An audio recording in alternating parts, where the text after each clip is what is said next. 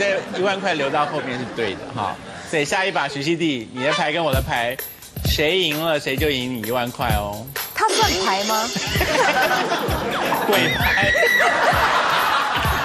来，各位同学，这张牌推出后呢，你们就觉得是康跟西谁推出的牌比较符合你们的口味，然后那个输的人呢就会被罚1万块钱哦。好，来，熙娣你只剩下1张牌可以出了。1、2、3。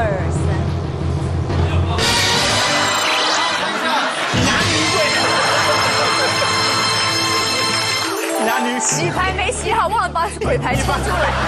还好吧，最近有没有自信？侦探力很强哎，你说可塑性很高。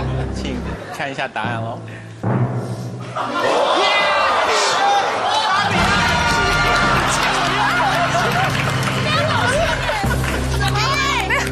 日本现在最流行的阿给哈小恶魔系耶。你是阿给哈，你长得就不是日系的脸了。对啊，所以妆要画得很日系啊。你长得是日本流氓的脸。好，今天呢，这5位美女呢，不是这5位女生呢，就真的可还是假的？不小心上当，不好意思。